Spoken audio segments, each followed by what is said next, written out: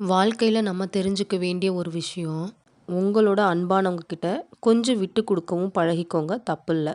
ஆனா, உங்கள விட்டு குடுத்தே பேசி பழகுனவங்க கிட்ட இருந்து கொஞ்சம் விலகியே இருங்க. அவங்களால உங்களுக்கு என்னைக்குமே நிம்மதி இருக்காது. நீங்க அவங்க கிட்ட இருந்தீங்க அப்படின்னா, உங்களோட எதிர்காலம் நரகமா மாறிரும். நம்மகிட்டயே நல்லா சிரிச்சு பேசி பழகிட்டு, நம்ம கொஞ்சம் அப்படி நவுந்ததுக்கப்புறம், நம்மள பத்தியே மத்தவங்க கிட்ட புறம் சொல்லி பேசக்கூடிய நபர்கள் இன்னும் இருக்க தான் செய்றாங்க.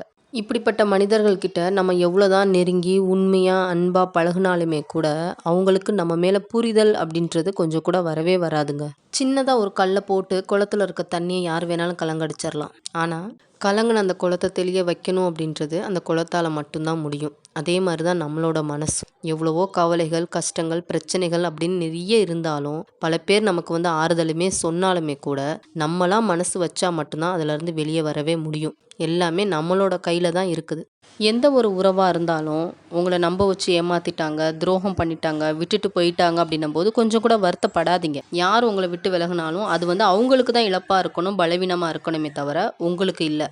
ஒரு விஷயத்த மட்டும் புரிஞ்சுக்கோங்க. இன்னைக்கு உங்கள ஏமாத்திட்டு போனாங்க அப்படின்னா, நாளைக்கு கண்டிப்பா அவங்க வேறு ஒருத்தவங்கனால ஏமாத்தப்படுவாங்க. அதனால கண்டதே மனசுல போட்டு குழப்பிக்காம, ஏன்டா இவங்கள விட்டு போனோம் அப்படின்னு அவங்க நினைக்கிற அளவுக்கு உங்களோட தகுதிய வளர்த்துக்கோங்க. எல்லாரும் இருக்கக்கூடிய ஒரு பொதுவான இடத்துல, ஒரு பொதுவான கருத்த பத்தி பேசுறாங்க அப்படின்னும்போது, அவங்க சொல்லக்கூடிய விஷயங்கள் எல்லாமே தன்ன பத்தி தான், தனக்கான விஷயங்கள தான் அப்படி பொதுப்படையில பேசுறாங்க அப்படின்னு ஒரு நபர் தனக்குன்னு எடுத்துக்கிட்டாங்க அப்படின்னும்போது, அதுதான் குற்ற உணர்ச்சி அப்படின்னு சொல்றது. இத பத்தி நீங்க என்ன நினைக்கிறீங்க அப்படின்றத எனக்கு கமெண்ட்ல சொல்லுங்க.